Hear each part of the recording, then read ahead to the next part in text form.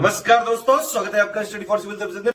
जैसे study for civil services के छात्र हैं तो ये वाला टेलीग्राम जरूर ज्वाइन करके रखिए। यूट्यूब चैनल में हमारे साथ है तो भी ये वाला टेलीग्राम ज्वाइन करना बहुत ज्यादा जरूरी है। सारे नोटिफिकेशन, सारे अपडेट, सारे मोस्ट इंपोर्टेंट पिक्स, सारा रिवीजन सब कुछ यहाँ पे बताया जाता है। टेस्ट को ध्यान से अटेम्प्ट करिए और बताइए कितना स्कोर आपने किया है, कितने सही किए हैं टोटल क्वेश्चन में से। सभी लोग अपना अपना स्कोर जरूर कमेंट करिए।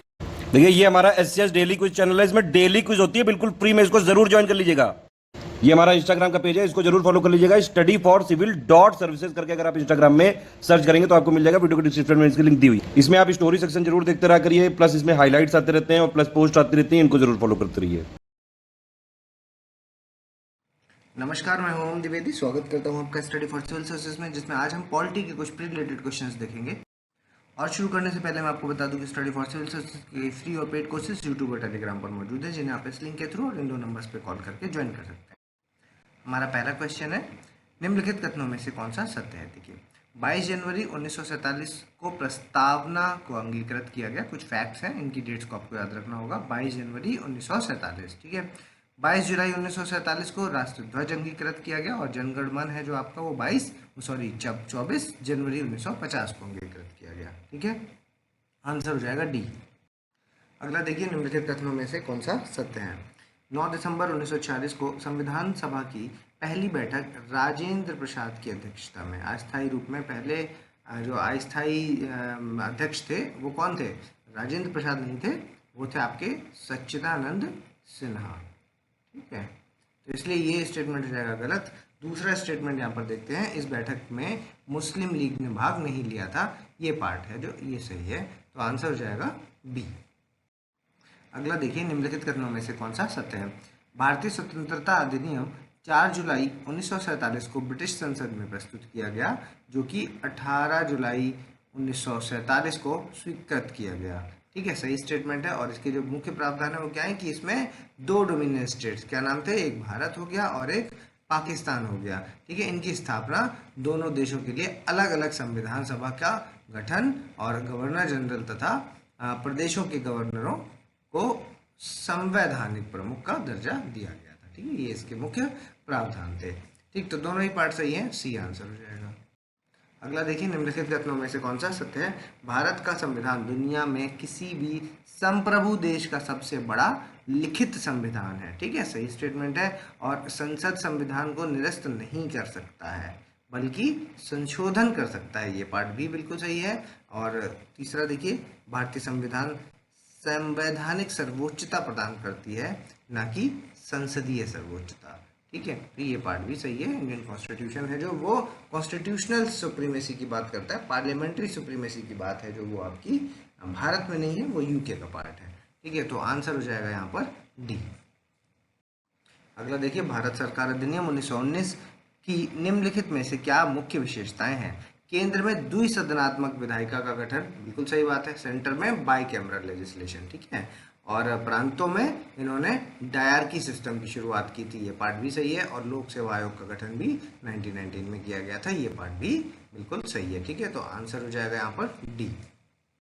अगला देखिए, निम्नलिखित कथनों में से कौन से प्रावधान सही सुमेलित है। पंचवर्षीय योजना फ्रांस से ली गई है, बिल्कुल गलत है, क्योंकि ये रशिया से लिया गया है। और मौलिक दायित्व भी रशिया से लिए गए हैं, और मौलिक अधिकार तो पता ही है यूएसए से लिए गए हैं, ठीक है। तो दूसरा और तीसरा यहाँ पर सही है, आंसर बी। अगला देखिए, राज्यपाल से संबंधित निम्नलिखित कथनों में से कौन सा सत्य है। अनुच्छेद 153 से लेकर 162 में राज्य के राज्यपाल के पद से संबंधित सभी प्रावधान दिए गए हैं, ठीक है। तो सही स्टेटमेंट है। और दूसरा देखिए, यहाँ पर राष्ट्रपति शेष कार्यकाल के लिए एक राज्य में नियुक्त राज्यपाल को दूसरे राज्य में स्थानांतरित कर सकता है, ट्रांसफर कर सकता है, ठीक है। तो राष्ट्रपति की पावर है, बिल्कुल सही स्टेटमेंट है। और तीसरा है जो, वो है राज्य के राज्यपाल के रूप में किसी भी व्यक्ति की नियुक्ति के लिए संसद या फिर विधानसभा के किसी भी सदन का सदस्य होना जरूरी है, ठीक है। तो ये वाला पार्ट यहाँ पर गलत हो गया, क्योंकि किसी भी सदन का पार्ट नहीं होना जरूरी है, ठीक है, नहीं होना चाहिए, ये कंपलसरी चीज़ है, ठीक है। तो आंसर हो जाएगा यहाँ पर 1 और 2 यानी ए। अगला देखिए, निम्नलिखित कथनों में से कौन सा सत्य है। यदि भारत और बांग्लादेश के मध्य अंतर क्षेत्रों में अदला बदली हेतु समझौता को लागू किया जाता है तो कौन सी 9th शेड्यूल में संशोधन किया जाएगा। गलत हो गया, 1st शेड्यूल में किया जाएगा, है ना। तो गलत हो गया ये वाला स्टेटमेंट। दूसरा, भारतीय संविधान का जो 100वां संविधान संशोधन था वो क्या था, एलबीए एक्ट का था ना, लैंड बाउंड्री एग्रीमेंट वाला, ठीक है। तो वही यहाँ पर पूछा गया है, इसी विषय से संबंधित था जो कि 2015 में पारित हो चुका है, ठीक है। तो ये वाला पार्ट सही है, आंसर हो जाएगा बी। अगला देखिए, निम्नलिखित कथनों में से कौन सा सत्य है। देखिए, सूचना का अधिकार अधिनियम 2005 के अनुसार सूचना प्राप्त करने के लिए आवेदन सादे कागज पर भी किया जा सकता है, ठीक, सही स्टेटमेंट है। और दूसरा, किसी भी विसंगत जानकारी के लिए राज्य सूचना आयोग के मामले को में केंद्र सूचना आयोग का अंतिम अपील की जा सकती है। अगर कोई भी गलत जानकारी राज्य सूचना आयोग की तरफ से दी गई है तो उनके अगेंस्ट, मतलब उसकी अगली हायरार्की है तो जिसका नाम है केंद्रीय सूचना आयोग, वहां पर अपील की जा सकती है, ठीक है। तो दोनों स्टेटमेंट यहाँ पर सही हो गए, सी आंसर हो गया। अगला देखिए, आरटीआई की एक धारा है जिसका नाम है धारा 8, ठीक है। तो उसमें कुछ ऐसे प्रोविजंस दिए गए हैं जिनमें क्या है कि आरटीआई के तहत अगर कोई ऊंची जानकारी मांगी है तो उनको साझा करना या ना करना ये सरकार के पास छूट है इसकी, ठीक है। अब देखिए, भारत की संप्रभुता और अखंडता के बारे में बिल्कुल सही, सुरक्षा के बारे में और सामरिक उद्देश्यों के बारे में, ठीक है। तो तीनों ही यहाँ पर सही है, सेक्शन आंसर डी। अगला देखिए, निम्नलिखित कथनों में से कौन सा सत्य है। देखिए, भारतीय संविधान का जो अनुच्छेद 2 है उसके अनुसार क्या है कि संसद को नए राज्यों का निर्माण और वर्तमान राज्यों के क्षेत्र सीमाओं या नामों में परिवर्तन होने का अधिकार, ठीक है। देखिए, गलत हो गया स्टेटमेंट क्योंकि ये स्टेटमेंट 3 के बारे में है, ठीक है। तो दूसरे के बारे में क्या है, आर्टिकल 2 क्या है ये आप बताइए, और वो कैसे आर्टिकल 3 से डिफर है ये भी बताइए कमेंट में, ठीक है। उसके बाद देखिए, अनुच्छेद 9 है जो, वो किसके बारे में है, वो नागरिकता, जो आदमी अगर स्वेच्छा से अपनी नागरिकता दूसरे देश की ले लेता है तो उसकी जो नागरिकता है वो खत्म हो जाती है, आर्टिकल 9 में लिखा हुआ है, ठीक है। तो आर्टिकल 12 क्या कहता है कि राज्य की परिभाषा के बारे में बताता है, ठीक है। तो ये दोनों आर्टिकल सही हैं, जबकि पहला गलत हो गया, आंसर हो जाएगा 2 और 3, बी आंसर। अगला देखिए, निम्नलिखित कथनों में से कौन सा सत्य है। संविधान की जो अनुसूची 6 है उसमें पूर्वोत्तर के असम हो गया, नागालैंड हो गया, मेघालय हो गया और त्रिपुरा हो गया, इनके प्रशासन से संबंध के उपबंध दिए गए हैं। देखिए, यहाँ पर आपका असम हो जाएगा, उसके बाद आपका मेघालय होगा, त्रिपुरा होगा और मिजोरम होगा, ठीक है। नागालैंड नहीं है उसमें, तो इस नागालैंड की वजह से ये स्टेटमेंट हो गया गलत, ठीक है। और अनुसूचित जाति जनजाति के प्रशासन और नियंत्रण के प्रावधान है जो ये कहाँ पर दिए गए हैं, 5वीं अनुसूची में दिए गए हैं, ये वाला पार्ट बिल्कुल सही है, तो आंसर हो जाएगा यहाँ पर बी। अगला देखिए, निम्नलिखित कथनों में से कौन सा सत्य है। देखिए, भारतीय संविधान की रचना के समय 8वीं अनुसूची में कश्मीरी भाषा का उल्लेख किया गया था, ठीक है, सही स्टेटमेंट है। बेसिकली जब बनाया गया था तो उस वक्त ही 8वीं अनुसूची में कश्मीरी भाषा थी, ठीक है। फिर हुआ 92nd कॉन्स्टिट्यूशनल अमेंडमेंट एक्ट 2003 में, जिसमें कि मैथिली को, संथाली को, डोगरी को और बोडो को भी शामिल कर लिया गया, ठीक। तो आंसर हो जाएगा यहाँ पर सी, बोथ करेक्ट। अगला देखिए, राजभाषा से संबंधित निम्नलिखित कथनों में से कौन सा सत्य है। 14 सितंबर 1949 को हिंदी को संवैधानिक रूप से राजभाषा घोषित किया गया था, इसीलिए 14 सितंबर है जो, उसको हिंदी दिवस के रूप में मनाया जाता है, 14 सितंबर को हिंदी दिवस के रूप में, ठीक है। तो ये वाला सही हो जाएगा। और पार्ट 17 है जो संविधान का, उसमें अनुच्छेद 243 से लेकर 251 है, इसमें आपका राजभाषा के बारे में दिया गया है, ठीक है। तो ये वाला पार्ट भी सही है, आंसर हो जाएगा सी। अगला देखिए, निम्नलिखित कथनों में से कौन सा सत्य है। गृह मंत्रालय है जो, वो डिसाइड करता है भारतीय पुलिस सेवा का कैडर, ठीक, ये सही स्टेटमेंट है। और तीसरा देखिए, कार्मिक लोक शिकायत और पेंशन मंत्रालय है जो, वो आपका भारतीय प्रशासनिक सेवा का कैडर, IAS का कैडर, ठीक है। और ये है जो, ये IPS का कैडर, गृह मंत्रालय, ठीक है। और तीसरा देखते हैं, अखिल भारतीय सेवाओं में भारतीय प्रशासनिक सेवा, भारतीय पुलिस सेवा और भारतीय विदेश सेवा शामिल है। तो देखिए, विदेश नहीं, फॉरेन नहीं है, मतलब फॉरेस्ट है, फॉरेस्ट, ठीक है, इंडियन फॉरेस्ट सर्विसेज, ठीक। तो ये वाला स्टेटमेंट भी गलत हो गया, आंसर हो गया 1 और 3 यानी कि सी आंसर।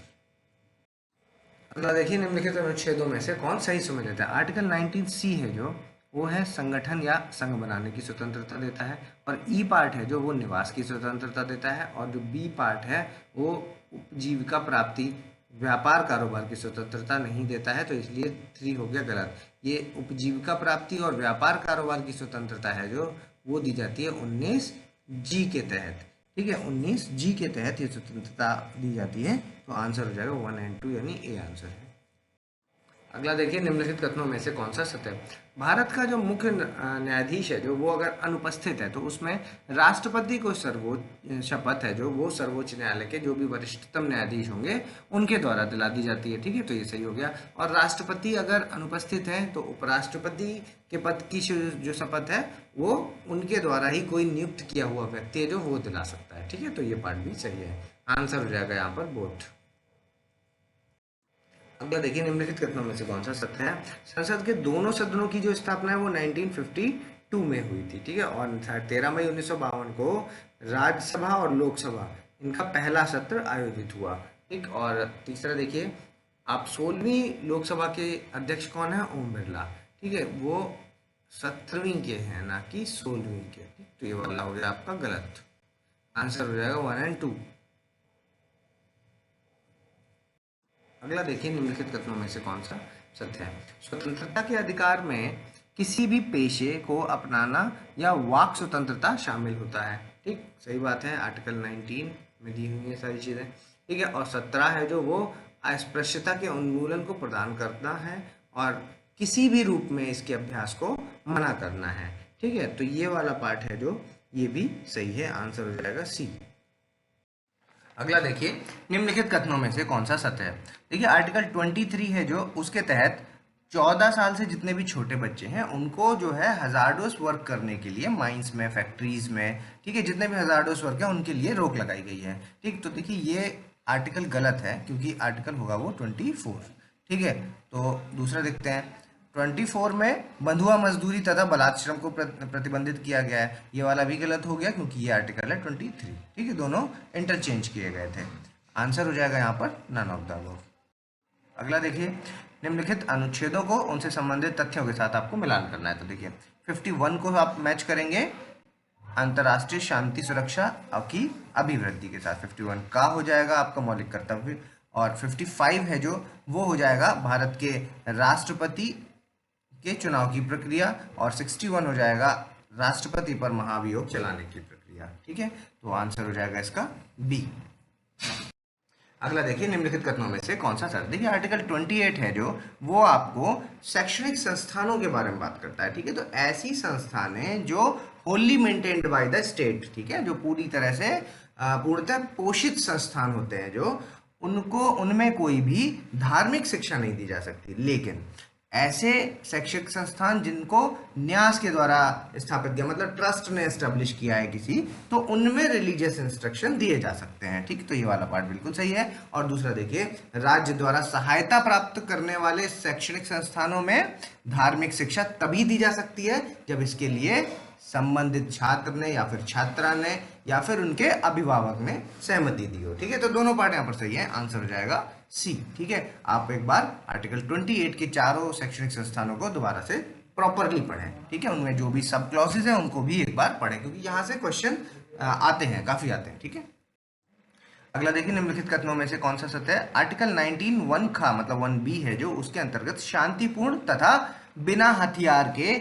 सभा करने का अधिकार प्राप्त है। ठीक है, कहीं भी आप सभा कर सकते हैं लेकिन उसमें आपके पास सब हथियार नहीं होने चाहिए। ठीक है, सही स्टेटमेंट है। और इसके अंतर्गत जुलूस निकालने की भी स्वतंत्रता है, आप शांतिपूर्वक जुलूस भी निकाल सकते हैं। ठीक है, ये भी सही है। प्रोसेशन निकाल सकते हैं, आप देखते भी होंगे जुलूस कई सारे रास्ते में निकलते हैं।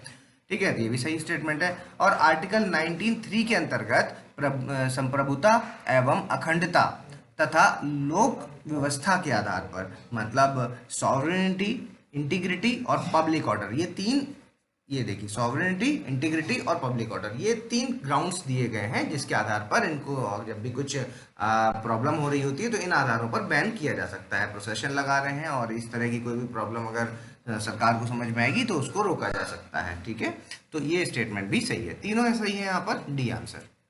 अगला देखिए, निम्नलिखित में से कौन सी समितियां हैं जो केंद्र राज्य संबंध से संबंधित, सेंट्रल स्टेट रिलेशन से संबंधित कौन सी है।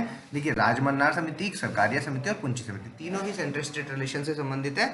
आपको क्या करना है, एक बार इनकी रिकमेंडेशन को सिर्फ रीड कर लेना है। ठीक है, याद नहीं करना, सिर्फ रीड कर लेना है। ठीक, तीनों ही सेंट्रल स्टेट रिलेशन से संबंधित है। आंसर हो जाएगा यहाँ पर डी। अगला देखिए, निम्नलिखित कथनों में से कौन सा सत्य है। देखिए, फंडामेंटल ड्यूटीज हैं जो, वो एक अनुस्मारक हैं, रिमाइंडर्स हैं कि आपको अपने अधिकारों का आनंद लेते हुए अपने देश, अपने समाज, अपने साथ के नागरिकों के कर्तव्य के प्रति भी सचेत रहना चाहिए। बिल्कुल सही है। और ये 1978 में मौलिक कर्तव्यों को जोड़ा गया था। ठीक है, ये वाला पार्ट है जो वो गलत हो जाएगा, क्योंकि 1976 में जोड़ा गया था। और उसके बाद 2002 में एक लास्ट में जो 11th कॉन्स्टिट्यूशन फंडामेंटल ड्यूटी है जो, उसको जोड़ा गया था। ठीक है, तो 2002 में 86th constitutional amendment act of 2002 के तहत। ठीक है, तो ये वाला पार्ट भी सही है। आंसर हो जाएगा यहाँ पे 1 और 3, यानी कि सी आंसर।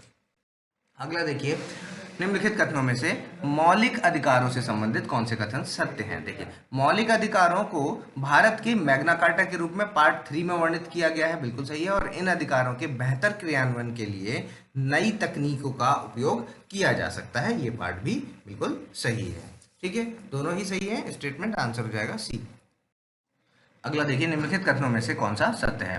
आर्टिकल 13 के अनुसार भाग 3 से असंगत कानून शून्य होंगे। मतलब कहने का कि फंडामेंटल राइट के अगेंस्ट अगर कोई भी ऐसा नया कानून बनता है जो फंडामेंटल राइट के किसी पार्ट का उल्लंघन कर रहा है, तो उतना पार्ट, उस नए कानून का उतना पार्ट जो फंडामेंटल राइट का उल्लंघन कर रहा है, उसको खारिज कर दिया जाएगा, वो नल एंड वॉइड हो जाएगा। ऐसा आर्टिकल 13 कहता है। ठीक है, उसके अलावा देखिए, आर्टिकल 19 से 22 के तहत अंतरात्मा की स्वतंत्रता और धर्म के स्वतंत्र पेशे, अभ्यास और प्रचार का अधिकार दिया गया है। ठीक है, तो ये वाला पार्ट आपका गलत हो जाएगा, क्योंकि आर्टिकल 19 से 22 है जो, वो तो राइट टू फ्रीडम की बात करता है। और ये सारी चीज़ें कहाँ दी गई हैं, आर्टिकल 25 से लेकर के 28 तक। ठीक है, तो आपका आंसर हो जाएगा यहाँ पर ए। अगला देखिए, निम्नलिखित कथनों में से कौन से मौलिक अधिकारों की विशेषताएं हैं। देखिए, मौलिक अधिकार हैं जो वो संविधान के द्वारा संरक्षित हैं और गारंटीकृत है। ठीक है, सुप्रीम कोर्ट को इनको गारंटर बनाया गया है, पार्ट 3 में है। ठीक है, तो ये बिल्कुल सही स्टेटमेंट है। और दूसरा देखते हैं, वह पवित्र या स्थायी नहीं है। ठीक है, तो ये भी सही स्टेटमेंट है, क्योंकि संसद उन्हें कम कर सकता है, निरस्त भी कर सकता है, लेकिन सिर्फ और सिर्फ कॉन्स्टिट्यूशनल अमेंडमेंट के थ्रू। ठीक है, पवित्र या स्थायी नहीं है। तीसरा देखते हैं, वह निरपेक्ष नहीं बल्कि योग्य है। ये पार्ट भी बिल्कुल सही है। इसका मतलब हुआ कि राज्य उन पर उचित प्रतिबंध तो लगा सकता है, लेकिन प्रतिबंध की जो तर्क संगतता है वो जो है वो अदालत के द्वारा तय की जाती है। ठीक है, तो ये पार्ट भी सही हो जाएगा। आंसर हो जाएगा डी। अगला देखिए, निम्नलिखित कथनों में से कौन सा सत्य है। सशस्त्र बलों, अर्धसैनिक बलों, पुलिस वालों, खुफिया एजेंसियों और समान सेवाओं के सदस्यों के लिए उनके आवेदन को संसद द्वारा प्रतिबंधित या निरस्त किया जा सकता है। बिल्कुल सही स्टेटमेंट है। आर्टिकल 33 है ये। ठीक, और किसी भी क्षेत्र में मार्शल लॉ लागू होने पर उनके आवेदन को प्रतिबंधित किया जा सकता है। ये पार्ट भी बिल्कुल सही है। आंसर हो जाएगा सी।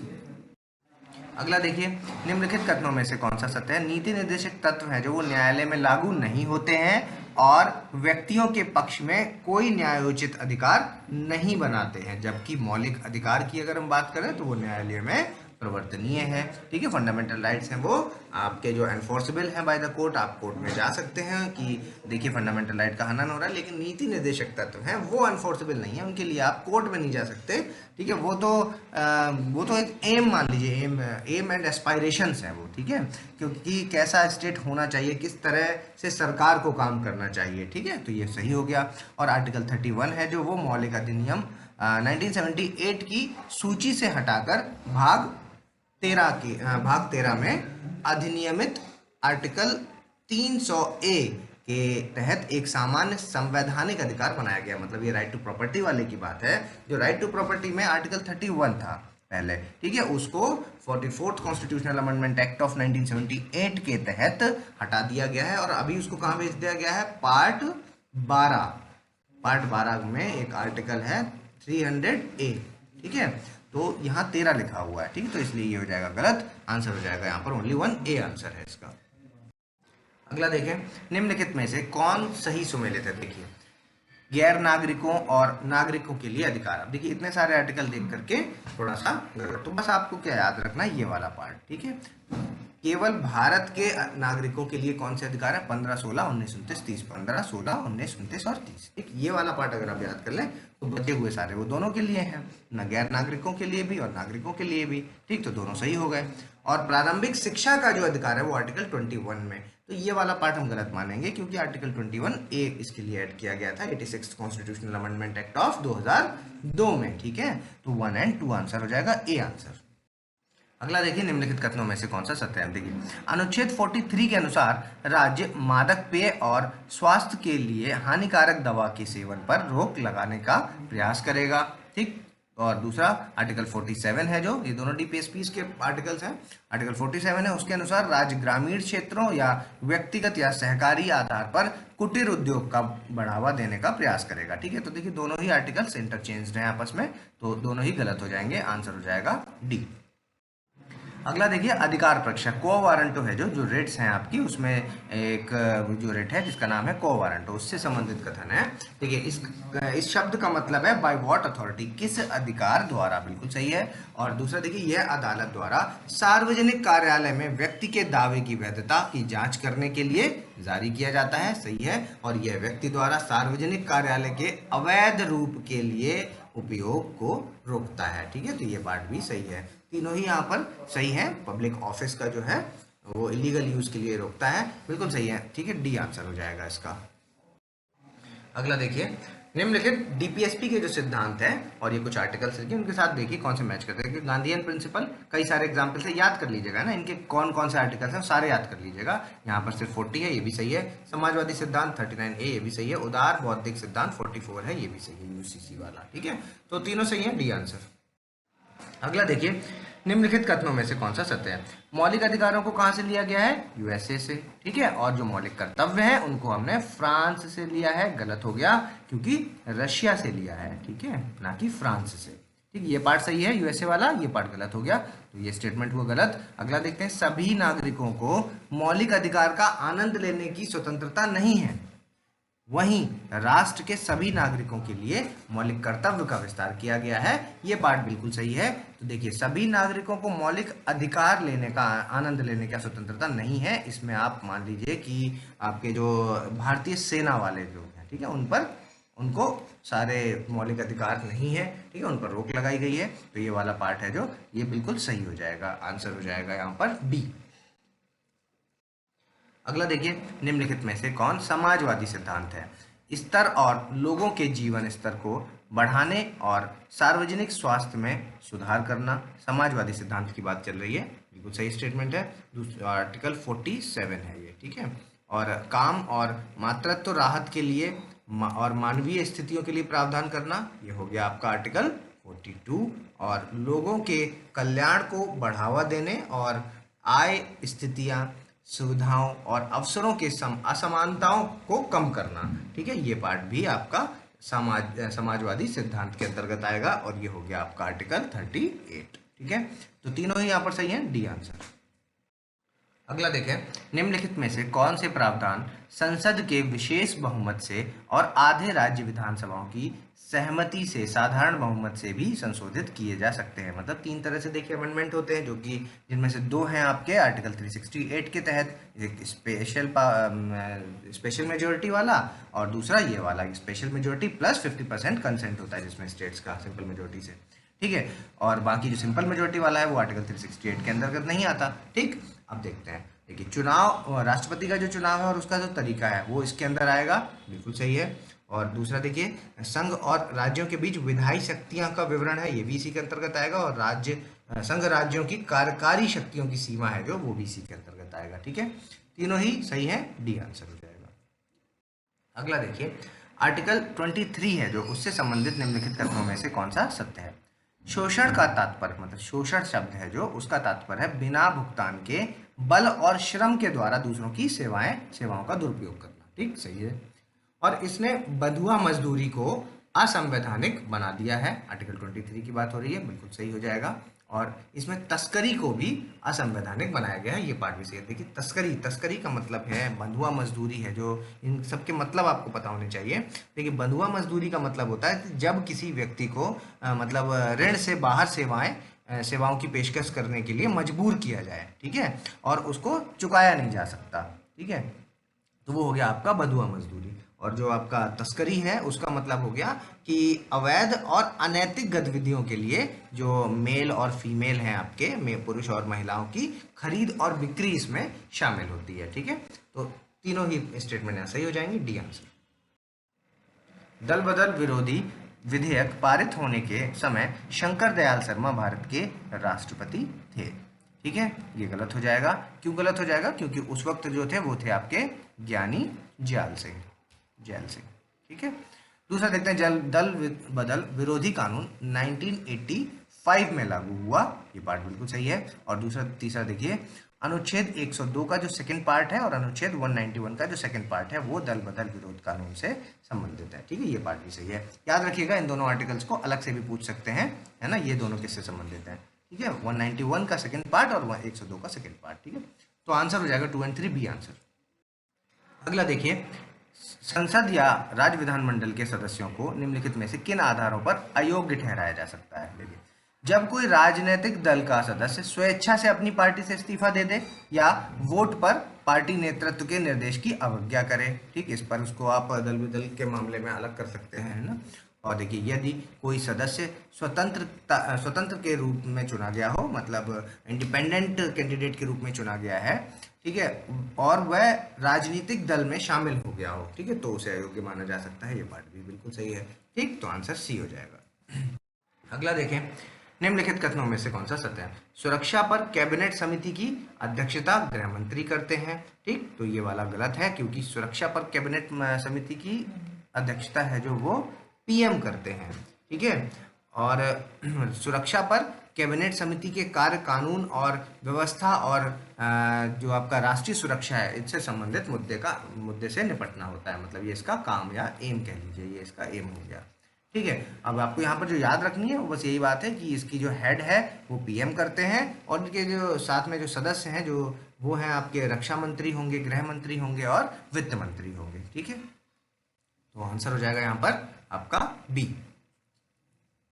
अगला देखिए, प्रधानमंत्री निम्नलिखित में से किन आयोगों के अध्यक्ष होते हैं? ठीक है, NIIT commission, national integration council और इंटरस्टेट काउंसिल, ठीक है। तो आंसर हो जाएगा यहाँ पर डी, तीनों के ही है, ठीक है, डी आंसर। अगला देखिए, निम्नलिखित कथनों में से कौन सा सत्य है? राष्ट्रपति सरकार का प्रमुख होता है जबकि प्रधानमंत्री राज्य का प्रमुख होता है। गलत हो गया, उल्टा लिखा है, तो जो राष्ट्रपति है वो हेड ऑफ द स्टेट होता है और जो प्रधानमंत्री हेड ऑफ द गवर्नमेंट होता है, ठीक है। और अगला देखें, संविधान में प्रधानमंत्री की चयन और नियुक्ति के लिए कोई विशिष्ट प्रक्रिया नहीं दी गई है, ठीक है, ये बात भी बिल्कुल सही है, अलग से कोई भी प्रक्रिया कहाँ दी गई है इसमें, है ना, संविधान में। तो आंसर हो जाएगा बी।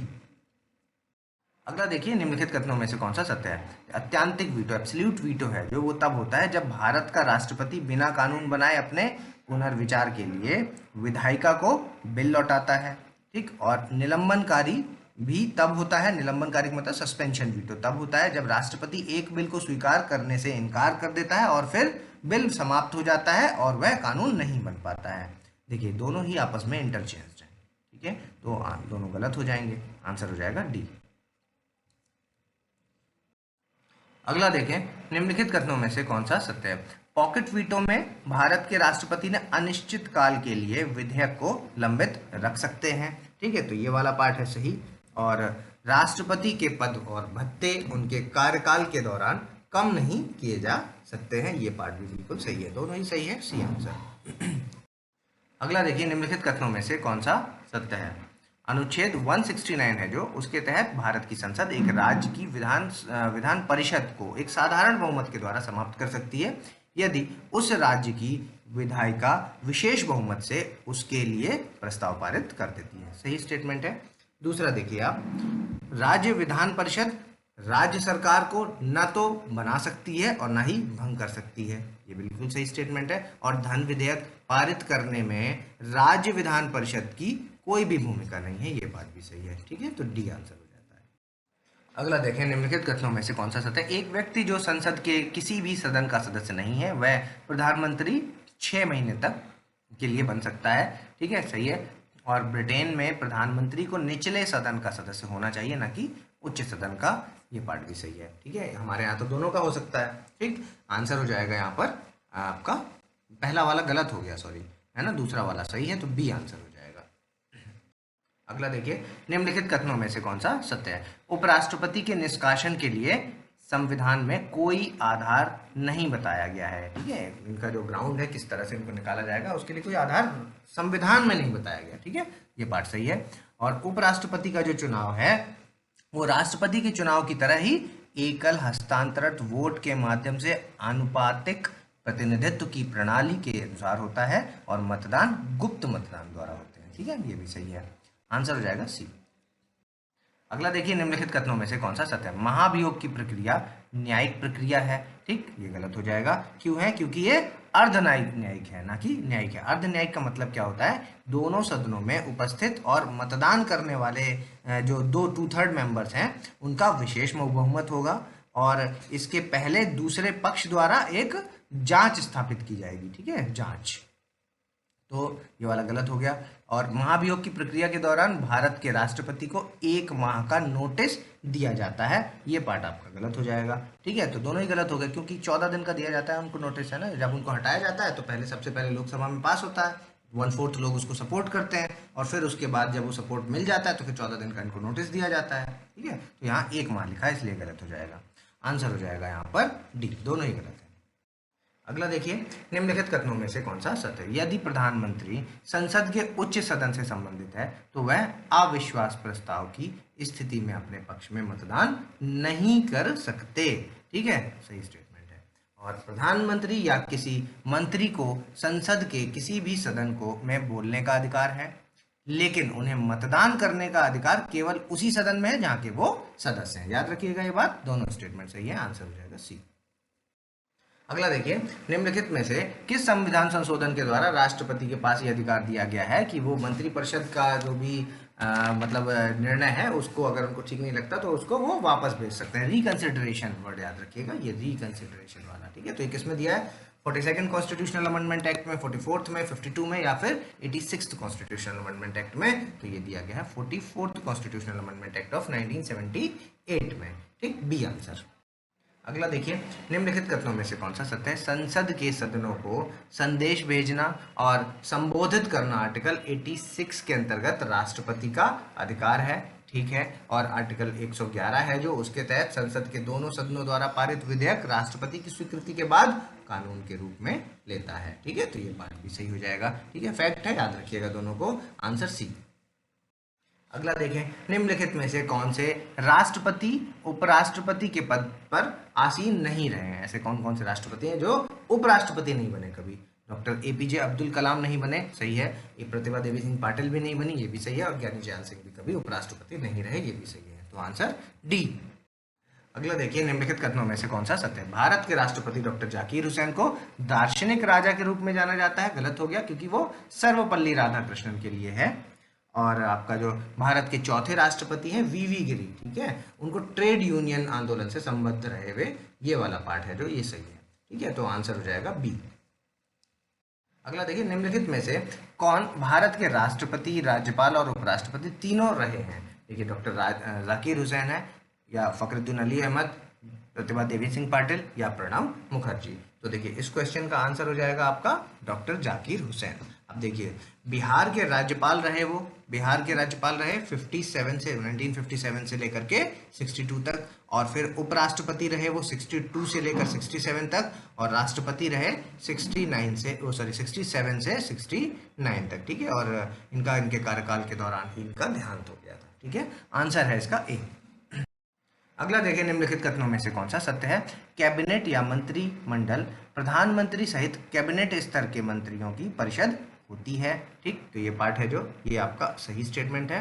और मंत्रिपरिषद में प्रधानमंत्री होते हैं, कैबिनेट स्तर के मंत्रियों सहित राज्य मंत्री और उप मंत्री भी शामिल है। ठीक है, ये बात भी सही है, आंसर सी। अगला देखिए, निम्नलिखित कथनों में से कौन सा सत्य है? लोकसभा के प्रक्रिया एवं संचालन संबंधी नियमों के तहत मंत्रिपरिषद के विरुद्ध अविश्वास प्रस्ताव लाने के लिए लोकसभा में कम से कम 30 सदस्यों का समर्थन आवश्यक है, तो 30 का नहीं 50 का समर्थन आवश्यक है, ठीक है, तो ये गलत हो गया। और नरेंद्र मोदी, डॉक्टर मनमोहन सिंह और पंडित जवाहरलाल नेहरू के बाद तीसरे मतलब अच्छा इन दोनों के बाद, मतलब मनमोहन सिंह के बाद और पंडित जवाहरलाल नेहरू के बाद तीसरे नरेंद्र मोदी हैं ऐसे प्रधानमंत्री जिनकी नियुक्ति लगातार दूसरे कार्यकाल के लिए हुई है, ठीक है, तो ये पार्ट सही है, आंसर बी। अगला देखें, निम्नलिखित में से किस मामले में सुप्रीम कोर्ट ने माना कि 14 साल से कम उम्र के बच्चों को मुफ्त शिक्षा का मौलिक अधिकार है? MC मेहता बनाम भारत संघ, SP गुप्ता बनाम भारत संघ, उन्नी कृष्णन बनाम आंध्र प्रदेश राज्य, या इनमें से कोई नहीं, तो आंसर हो जाएगा इसका उन्नी कृष्णन बनाम आंध्र प्रदेश राज्य। कुछ केसेस से रिलेटेड कई बार क्वेरीज आती है बच्चों की कि केसेस कौन कौन से इंपॉर्टेंट है, तो देखिए कुछ क्वेश्चंस को हमने इंक्लूड किया है जिनमें केसेस आपको कवर हो जाएंगे, ठीक है।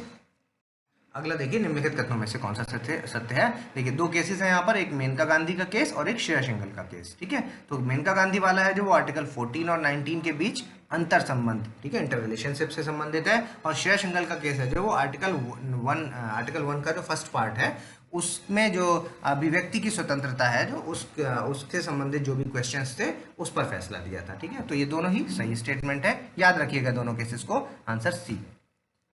अगला देखें, ट्रिपल तलाक है जो अभी रिसेंटली में इसके लिए जो कानून पारित हुआ है उससे संबंधित क्वेश्चन है। देखिए लिली थॉमस का जो मामला है उसमें भारत के सर्वोच्च न्यायालय ने तलाक बिद्दत, ठीक है, नाम से ही समझ में आ रहा है लिली थॉमस का तो नहीं होगा ये, कम से कम है ना, तलाक बिद्दत की प्रथा को अलग रखा जिसने मुस्लिमों को अपनी पत्नियों को तुरंत और अपरिवर्तनीय रूप से तलाक देने की अनुमति दी थी, ठीक है। तो ये वाला पार्ट इसलिए गलत हो जाएगा क्योंकि ये है सायरा बानू वाला केस, ठीक है, सायरा बानू बनाम भारत संघ, ठीक है। और अगर लिली थॉमस वाले केस की बात करें तो लिली थॉमस वाला जो केस है वो है आपका जो आपराधिक पृष्ठभूमि वाले सांसद और विधायक होते हैं उनको अयोग्य घोषित किया जाना चाहिए, उससे संबंधित है आपका लिली थॉमस केस, ठीक है। दोनों केसेस को याद रखें, ये है आपका सायरा बानू, ठीक है, सायरा बानू वाला केस।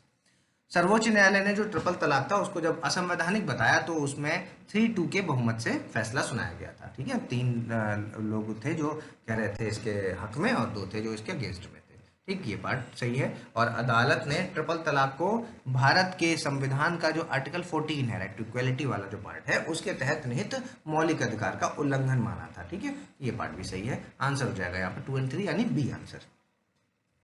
अगला देखिए, निम्नलिखित कथनों में से कौन सा सत्य है? इंदिरा साहनी बनाम भारत संघ 1992 है जो उसका जो केस है उसमें 27% आरक्षण की बात की गई, किसके लिए?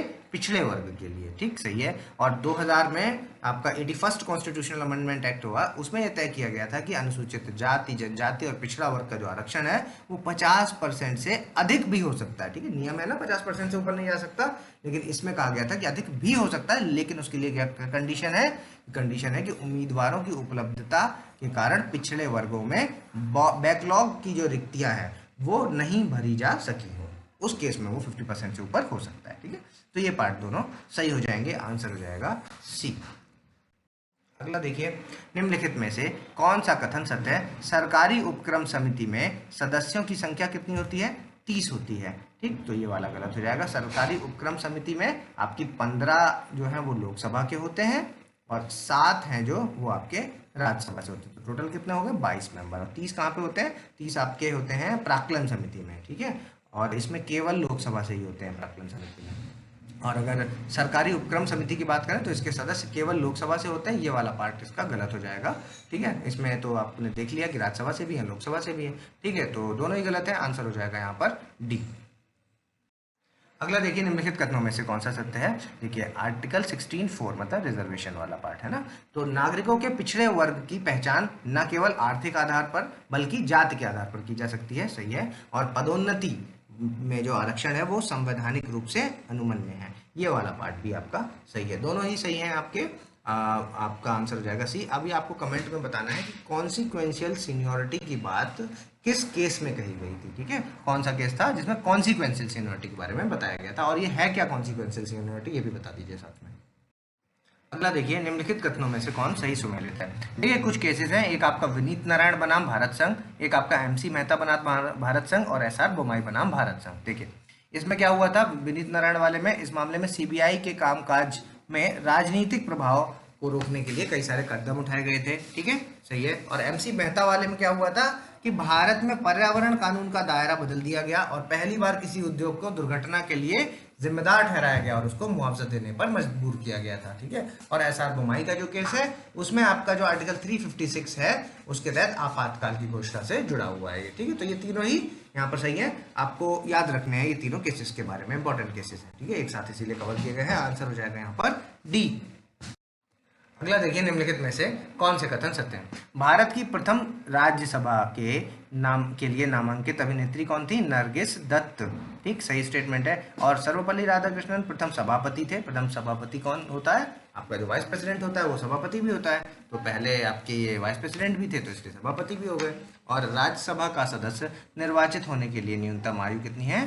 25 साल। तो ये स्टेटमेंट है जो वो गलत हो जाएगा, 30 साल है क्योंकि, ठीक है। आंसर 1 और 2 ए आंसर। अगला देखें, राष्ट्रीय बाल अधिकार संरक्षण आयोग से संबंधित निम्नलिखित कथनों में से कौन सा सत्य है?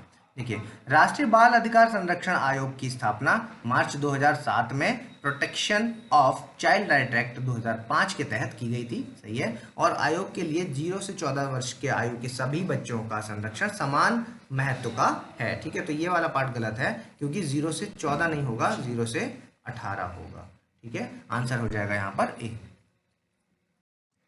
अगला देखिए, निम्नलिखित कथनों में से कौन सा सत्य है? लोक अदालत क्या होता है? देखिए, लोक अदालत एक ऐसा मंच होता है जहां पर क्या है, लंबे समय से जो ऐसे मामले हैं जो लंबित चल रहे हैं, ठीक है, उनको सौहार्दपूर्ण ढंग से निपटाया जा सकता है, ठीक है। तो ये सही स्टेटमेंट है। और लोक अदालत को वैधानिक दर्जा प्राप्त नहीं है, ठीक है। तो ये वाला पार्ट है जो ये आपका गलत हो जाएगा क्योंकि कानूनी सेवा प्राधिकरण अधिनियम 1987 के तहत लोक अदालत को वैधानिक दर्जा प्राप्त है, ठीक है। आंसर हो जाएगा ओनली 1 ए आंसर। अगला देखिए, लोक अदालत से संबंधित निम्नलिखित कथनों में से कौन सा सत्य है? लोक अदालत शब्द का अर्थ पीपल्स कोर्ट है और यह गांधीवादी सिद्धांतों पर आधारित है। और पहला लोक अदालत शिविर है जो 1982 में गुजरात में एक स्वैच्छिक और 16 एजेंसियों के रूप में बिना किसी वैधानिक समर्थन के लिए के अपने निर्णयों के लिए आयोजित किया गया था। तो ये वाला याद रखिएगा कि पहला है जो 1982 में गुजरात में आयोजित किया गया था, बस इतना काफी है, ठीक है। पीपल्स कोर्ट भी कहते हैं इसको, ठीक, दोनों सही है, सी आंसर। अगला देखिए, निम्नलिखित में से किन राज्यों में महिलाओं को 50% स्थान पंचायतों में संरक्षित है? देखिए, बिहार हो गया, उत्तराखंड हो गया, एमपी हो गया, हिमाचल प्रदेश हो गया, आंध्रा हो गया, आपका केरल हो गया, छत्तीसगढ़ हो गया, आपका झारखंड हो गया, आपका महाराष्ट्र हो गया, उसके बाद उड़ीसा हो गया और राजस्थान हो गया और त्रिपुरा हो गया, ठीक है। इतने राज्य हैं जिनमें आपका 50% जो है पंचायती राज में महिलाओं का आरक्षण है, ठीक है। तो उत्तर प्रदेश उनमें नहीं है, तो आंसर हो जाएगा आपका 2 और 3 बी आंसर। अगला देखिए, निम्नलिखित कथनों में से कौन सा सत्य है? केंद्रीय जांच विभाग की स्थापना 1963 में गृह मंत्रालय के प्रस्ताव द्वारा की गई, ठीक, सही स्टेटमेंट है। और केंद्रीय निगरानी आयोग की स्थापना 1964 में केंद्र सरकार के कार्यकारी प्रस्ताव के द्वारा की गई, ये भी सही है। और राज्य मानवाधिकार आयोग 1993 में मानवाधिकार के संरक्षण अधिनियम द्वारा बनाया गया, ये पार्ट भी सही है। आंसर हो जाएगा डी। अगला देखिए, निम्नलिखित कथनों में से कौन सा सत्य है? राष्ट्रीय महिला आयोग में केंद्र राज्य द्वारा नियुक्त अध्यक्ष सहित 5 सदस्य शामिल होते हैं, ये गलत हो गया क्योंकि 7 सदस्य शामिल होते हैं, 5 नहीं होते। और सभापति एक ऐसा व्यक्ति होना चाहिए जिसने अपना जीवन महिलाओं के कल्याण के लिए समर्पित किया हो और सदस्य में कम से कम एक सदस्य एससी और एसटी होना चाहिए, ठीक है। तो ये पार्ट भी सही है, तो आंसर हो जाएगा बी 2 और 3। अगला देखिए, राष्ट्रीय मानवाधिकार आयोग से संबंधित निम्नलिखित कथनों में से कौन सा सत्य है? आयोग के अध्यक्ष को सर्वोच्च न्यायालय का सेवानिवृत्त मुख्य न्यायाधीश होना चाहिए, सही है। और अध्यक्ष और राष्ट्रीय मानवाधिकार आयोग के सदस्यों को भारत के राष्ट्रपति के द्वारा नियुक्त किया और हटाया जा सकता है, दोनों सही है, सी आंसर। अगला देखें, निम्नलिखित कथनों में से कौन सा सत्य है? देखिए, पेशा एक्ट है जो 1996 का, ठीक है, पेशा, उसकी अनुसूची भारत के अनुसूचित क्षेत्रों में रहने वाले लोगों के लिए पारंपरिक ग्राम सभाओं के माध्यम से स्वशासन सुनिश्चित करने हेतु भारत सरकार द्वारा बनाया गया कानून है, ये एक सही है। और अनुसूचित क्षेत्र भारत के संविधान की 6वीं अनुसूची द्वारा पहचाने गए क्षेत्र हैं, तो ये वाला पार्ट है जो आपका ये गलत हो जाएगा क्योंकि 6वीं अनुसूची नहीं, 5वीं अनुसूची, 5th शेड्यूल, ठीक है। और पेशा अधिनियम है जो, वो भारत सरकार द्वारा अनुसूचित क्षेत्रों को शामिल करने के लिए लागू किया गया था, जो 73rd कॉन्स्टिट्यूशनल अमेंडमेंट एक्ट में शामिल नहीं थे जो क्षेत्र। ठीक है, तो ये पार्ट सही है, पहला और तीसरा यहाँ सही हो जाएगा, सी आंसर।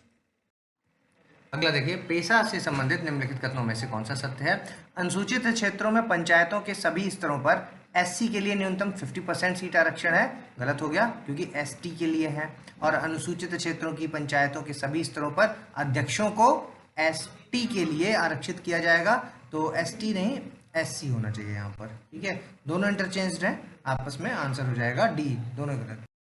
अगला देखिए, निम्नलिखित कथनों में से कौन सा सत्य है? आर्टिकल 73 में लिखा हुआ है कि राष्ट्रपति और उपराष्ट्रपति के निर्वाचन से संबंधित जितने भी विवाद होंगे वो कौन हैंडल करेगा? सर्वोच्च न्यायालय। ठीक है, गलत हो जाएगा, क्योंकि आर्टिकल 71 में लिखा है ऐसा। और आर्टिकल 85 का 2 खा है जो, उसके अनुसार राष्ट्रपति लोकसभा को भंग कर सकता है, लेकिन ये जो पावर है ये 74(1) के अधीन है। ठीक, तो ये वाला पार्ट सही है, आंसर बी। अगला देखिए, निम्नलिखित कथनों में से कौन सा सत्य है? अनुच्छेद आपका 168 का जो सेकंड पार्ट है उसके हिसाब से राज्य की जो विधान पालिका है वो एक सदनीय भी हो सकती है और द्विसदनीय भी हो सकती है। ठीक है, तो ये पार्ट बिल्कुल सही है। और दूसरा देखिए, आर्टिकल 173 का जो खा है उसके अनुसार विधानसभा का सदस्य बनने के लिए न्यूनतम आयु कितनी है? 25 साल। लोकसभा वाली चलती है यहाँ भी, है ना। और विधान परिषद के लिए 30 साल, है ना। राज्यसभा वाली चलती है, उल्टा लिखा हुआ था, इसलिए ये गलत हो गया, पहला हो गया सही। अगला देखिए, राष्ट्रीय महिला आयोग से संबंधित निम्नलिखित कथनों में से कौन सा सत्य है? राष्ट्रीय महिला आयोग एक वैधानिक निकाय है जो राष्ट्रीय महिला आयोग अधिनियम 1990 के तहत स्थापित किया गया है। ठीक, सही स्टेटमेंट है। और जयंती पटनायक है जो महिला आयोग की पहली अध्यक्ष थी। ठीक है, और रेखा शर्मा है जो वो अभी करंट की अध्यक्ष हैं। ठीक, तो ये पार्ट भी सही है, आंसर हो जाएगा सी। अगला देखिए, निम्नलिखित में से कौन सा विषय राज्य सूची के अंतर्गत आता है? पुस्तकालय आता है, सिंचाई और नहरें भी आएगा, भूमि और भवन कर भी आएगा। ठीक है, आंसर डी हो जाएगा इसका। अगला देखिए, निम्नलिखित कथनों में से कौन सा सत्य है? अनुसूचित जनजाति के लिए लोकसभा में 41 सीटें आरक्षित हैं। गलत हो गया, क्योंकि जो 15वीं लोकसभा है उसमें एसटी की संख्या को 41 से बढ़ा करके 47 कर दिया गया है। ठीक है, और दूसरा देखिए, 543 लोकसभा सीटों में से 131 है जो वो अनुसूचित जाति के लिए और जनजातियों के लिए आरक्षित है। ये सही है। और भारत का जो डिलिमिटेशन कमीशन है उसके द्वारा आपका जो जनसंख्या में परिवर्तन के आधार पर सीटों की संख्याओं को बदला जा सकता है। ठीक है, ये पार्ट भी सही है, दूसरा और तीसरा सही है, बी आंसर हो जाएगा। अगला देखिए, निम्नलिखित कथनों में से कौन सा सत्य है? गंगा नदी में जल प्रदूषण का मुख्य कारण मानव मल और पशु अपशिष्ट का निपटान, जनसंख्या घनत्व में वृद्धि और नदी में औद्योगिक कचरे का निपटान है। ठीक है, और जो गंगा नदी का जो पॉल्यूशन एक्ट था उसकी समस्या को समाधान करने के लिए जो आपका जो केस था उसका नाम है SP गुप्ता बनाम भारत संघ। इन्होंने जनहित याचिका दायर की थी। ठीक है, तो ये वाला पार्ट है जो गलत हो जाएगा, क्योंकि वो जो जनहित का याचिका थी वो MC मेहता बनाम भारत संघ। ठीक है, इंडियन यूनियन। ठीक है, तो आंसर हो जाएगा यहाँ पर ओनली 1, ए आंसर। अगला देखें, निम्नलिखित कथनों में से कौन सा सत्य है? देखिए, वर्ष 1956 में भाषागत और सांस्कृतिक एकरूपता के आधार पर राज्यों का पुनर्गठन किया गया है। ठीक, तो ये वाला पार्ट आपका जो है वो है जो सही हो जाएगा। और दूसरा देखिए, आंध्र प्रदेश का गठन कब हुआ था? 1953 में हुआ था, है ना। और फिर बाद में तेलुगु भाषा के आधार पर। ठीक है, लेकिन ये जो एक्ट है 1956 में आया है। ठीक, तो ये वाला स्टेटमेंट है जो गलत हो जाएगा, आंसर हो जाएगा यहाँ पर ओनली 1, ए आंसर। अगला देखिए, भारत की राज्य के नीति निर्देशक सिद्धांतों से संबंधित निम्नलिखित कथनों में से कौन सा सत्य है? देखिए, भारत के जो नीति निर्देशक सिद्धांत है वो न्यायालय में परिवर्तनीय है। ये वाला पार्ट गलत हो जाएगा क्योंकि न्यायालय में परिवर्तनीय नहीं है। ठीक है, और राज्य के जो नीति निर्देशक सिद्धांत है वो व्यापक सामाजिक, आर्थिक और राजनीतिक सिद्धांतों का गठन है। ये पार्ट आपका जो है वो सही हो जाएगा। और तीसरा देखिए, राज्य के जो नीति निर्देशक तत्व हैं वो आपके आयरलैंड से लिए गए हैं। ये पार्ट भी आपका सही हो जाएगा, तो आंसर हो जाएगा 2 और 3, बी आंसर। अगला देखें, निम्नलिखित कथनों में से कौन सा सत्य है? देखिए, CVC किसी मंत्रालय विभाग द्वारा नियंत्रित नहीं है, यह एक स्वतंत्र निकाय है। मतलब CVC का मतलब सेंट्रल विजिलेंस कमीशन। ठीक है, ये एक स्वतंत्र निकाय है जो केवल संसद के प्रति उत्तरदायी है। ठीक, तो ये वाला पार्ट आपका सही है। और 2003 में संसद ने सीवीसी को वैधानिक दर्जा प्रदान करते हुए सीवीसी अधिनियम बनाया था, ये पार्ट भी सही है, आंसर हो जाएगा सी। अगला देखिए, निम्नलिखित कथनों में से कौन सा सत्य है? मध्य प्रदेश बनाम मदन लाल का केस है, उसमें आदिवासियों की भूमि को और वन्य भूमि को निजी कंपनियों को खनन में पट्टे पर नहीं दिया जा सकता, और वहाँ पर जो काम होगा उस जगह पर वो या तो आदिवासी है जो वही करेंगे, और या फिर सरकारी उपक्रम भी कर सकते हैं काम। ठीक है, तो ये वाला पार्ट है जो वैसे तो सही है, लेकिन ये केस गलत लिखा हुआ है यहाँ पर। जो केस होगा वो है आपका समता बनाम आंध्र प्रदेश राज्य। ठीक है, तो ये वाला गलत हो गया। दूसरा देखते हैं, इस निर्णय के अनुसार 5वीं अनुसूची में जनजातीय भूमि अधिकारों को बरकरार रखा गया है। ठीक है, तो ये वाला पार्ट है जो सही है, बी आंसर हो जाएगा। अगला देखिए, निम्नलिखित कथनों में से कौन सा सही है? भ्रष्टाचार या पद के दुरुपयोग के किसी भी आरोप पर प्रकटीकरण हेतु लिखित शिकायत लेने के लिए भारत सरकार ने केंद्रीय सतर्कता आयोग का गठन किया है। ये गलत हो जाएगा क्योंकि सीबीआई का किया है, सीबीसी का नहीं। ठीक है, और भ्रष्टाचार निवारण अधिनियम 1988 के तहत मामलों की जांच के लिए सीबीआई का अधीक्षक केंद्रीय सतर्कता आयोग के साथ रहता है। ठीक है, ये सही स्टेटमेंट है, आंसर हो जाएगा ओनली बी। अगला देखिए, निम्नलिखित कथनों में से कौन सा सत्य है? आर्टिकल 80 है जो, उसके अनुसार संघ के लिए एक संसद होगी जो राष्ट्रपति और 2 सदनों से मिलकर बनेगी, है ना। पार्लियामेंट में कौन कौन आता है? राष्ट्रपति आता है और दोनों सदन आते हैं। ठीक है, और जिनके नाम क्या होंगे? राज्यसभा और लोकसभा। ठीक है, तो ये पार्ट कहाँ लिखा है? ये पार्ट लिखा है 79 में, ना कि 80 में। ठीक, और आर्टिकल 87 है जो, वो उसके अनुसार भारत के राष्ट्रपति हर नए कैलेंडर वर्ष की शुरुआत में संसद के पहले सत्र को संबोधित करते हैं। ये पार्ट आपका सही हो जाएगा, बी आंसर।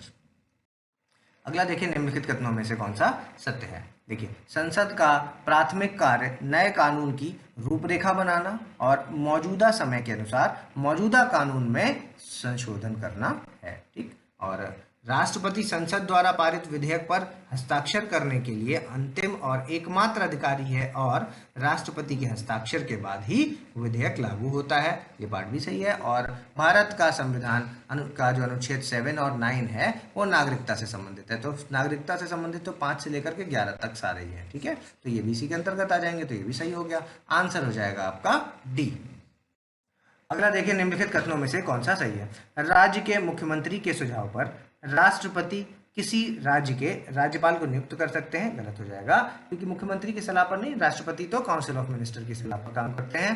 ठीक है, और दूसरा देखिए, राज्यपाल राज्य का संवैधानिक प्रमुख होता है और केंद्र और राज्य सरकार के बीच महत्वपूर्ण संबंध होता है। ठीक है, तो ये वाला पार्ट सही है।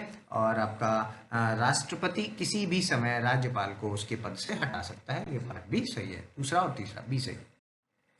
सूचना का अधिकार अधिनियम के अंतर्गत निम्नलिखित कथनों में से कौन सा सही है? सूचना का अधिकार अधिनियम 2005 के तहत आवश्यक जानकारी आवेदन प्राप्त करने के लिए 30 दिनों के भीतर प्रदान की जानी चाहिए, सही स्टेटमेंट है।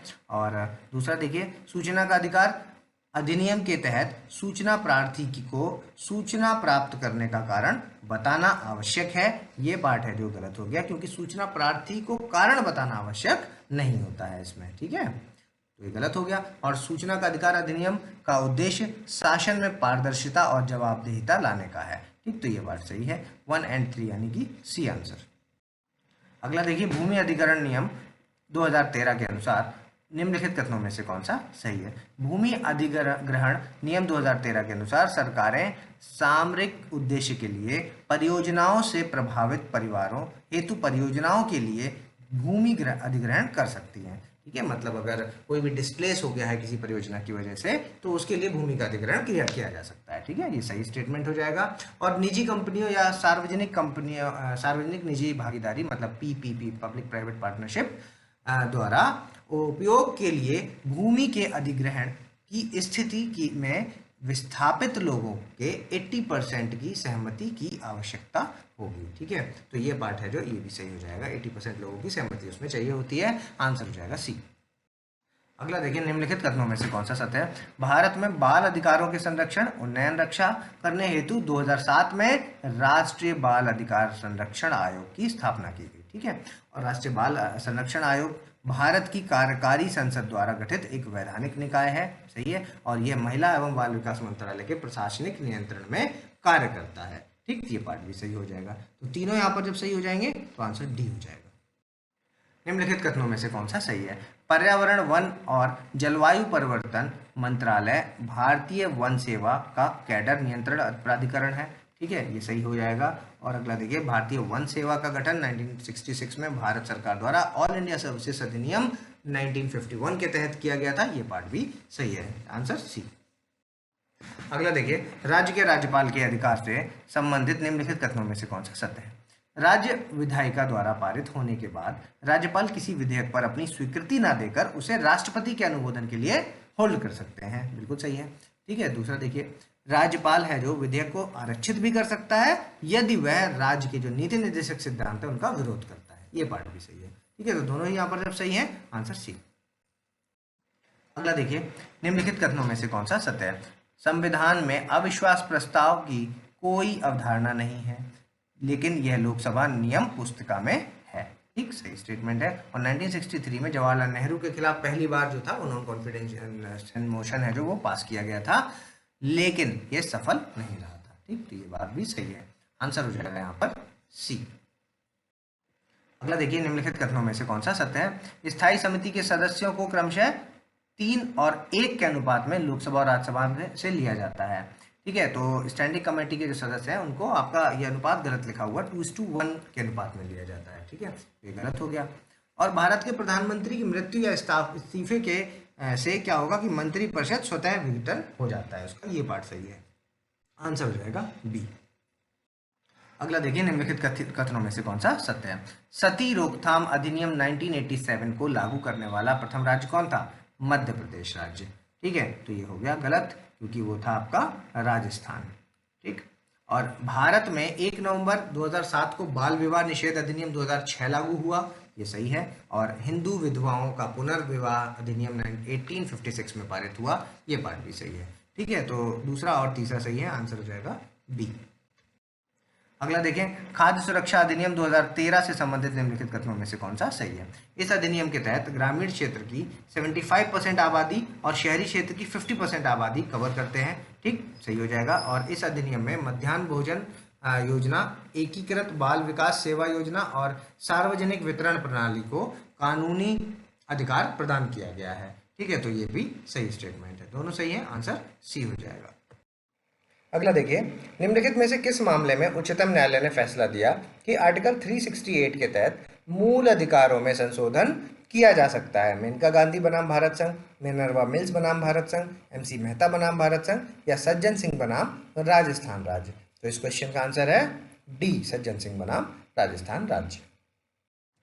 अगला देखिए, निम्नलिखित कथनों में से कौन सा सत्य है? उन्नीकृष्णन बनाम आंध्र प्रदेश राज्य मामले में भारत के सर्वोच्च न्यायालय ने माना कि निजता का अधिकार एक मौलिक अधिकार है। ठीक है, तो ये आपका गलत हो जाएगा क्योंकि ये माना गया था पुत्तास्वामी बनाम भारत संघ। ठीक है, इंडियन यूनियन। दूसरा देखिए, यह माना कि निजता का अधिकार भारत संविधान के 14 और 19 और जो 21 आर्टिकल है इनके तहत एक मौलिक अधिकार है। ठीक है, कौन सा? निजता का अधिकार। ठीक है, सही स्टेटमेंट है, आंसर हो जाएगा आपका बी। अगला देखिए, निम्नलिखित में से किस मामले में सुप्रीम कोर्ट ने माना कि अल्पसंख्यक शैक्षणिक संस्थानों को अपने समुदाय के पक्ष में 50% से अधिक सीटें आरक्षित करने का अधिकार नहीं है? ठीक है, नहीं है।